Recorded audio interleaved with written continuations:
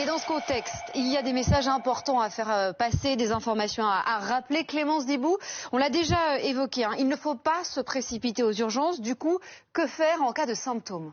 Alors rappelons d'abord ces symptômes. Fièvre d'abord, il faut s'inquiéter à partir de 38,5 en général.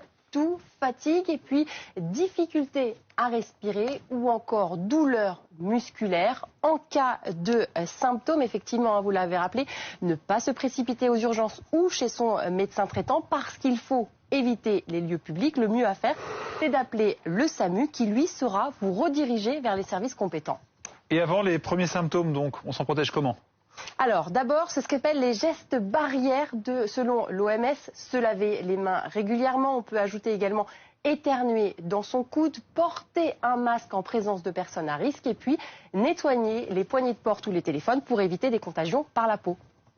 Épidémie, pandémie, quel terme faut-il utiliser actuellement, Clémence ? Pour l'instant, l'Organisation mondiale de la santé parle d'épidémie. Je vous rappelle la définition médicale de l'épidémie. C'est une propagation rapide d'une maladie contagieuse qui touche un grand nombre de personnes dans un même pays. On parle en revanche de pandémie lorsque cette épidémie se propage sur au moins 2 continents. Alors vous allez me dire, eh bien c'est notre cas. En fait, si on regarde précisément, pour l'OMS, il n'y a qu'une épidémie en Chine.